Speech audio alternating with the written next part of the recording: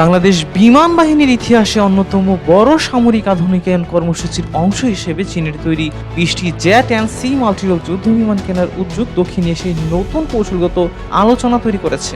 ঢাকার এই সামরিক আধুনিকায়ন ভারতের প্রতিরক্ষা মহলে গভীর উদ্বেগের জন্ম দিয়েছে। প্রায় $2.2 বিলিয়ন সম্ভাব্য এই চুক্তিকে শুধু প্রতিরক্ষা ক্রয় নয়, বরং আঞ্চলিক নিরাপত্তা সমীকরণে গুরুত্বপূর্ণ পরিবর্তনের ইঙ্গিত হিসেবে দেখা হচ্ছে। বাংলাদেশ বিমান বাহিনীর ফোর্সেস গোল 2030 পরিকল্পনার আওতায় পুরনো F-7 যুদ্ধবিমান প্রতিস্থাপন এবং আকাশ প্রতিরক্ষা সক্ষমতা বাড়ানোর লক্ষ্যেই এই উদ্যোগ নেওয়া হয়েছে।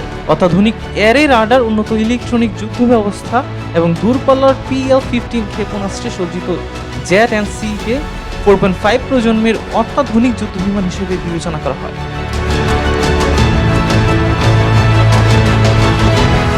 তবে এই সম্ভাব্য চুক্তি ভারতের নিরাপত্তা বিশ্লেষকদের দৃষ্টি আকর্ষণ করেছে।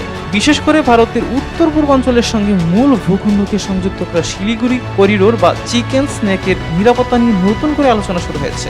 যদিও বাংলাদেশ স্পষ্টভাবে বলছে তাদের প্রতিরক্ষা আধুনিকায়ন কোনো দেশের বিরুদ্ধে নয়, বরং জাতীয় নিরাপত্তা ও সার্বভৌমত্ব রক্ষার অংশ।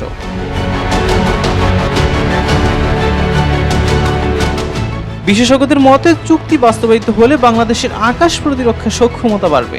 একই সঙ্গে চীন বাংলাদেশ সামরিক সম্পর্ক আরও গভীর হবে। ফলে দক্ষিণ এশিয়ার কৌশলগত প্রতিযোগিতা এবং নিরাপত্তা রাজনীতিতে একটি নতুন অধ্যায়ের সূচনা হতে পারে। সাবির হোসেন হিরণ, দেশকাল নিউজ।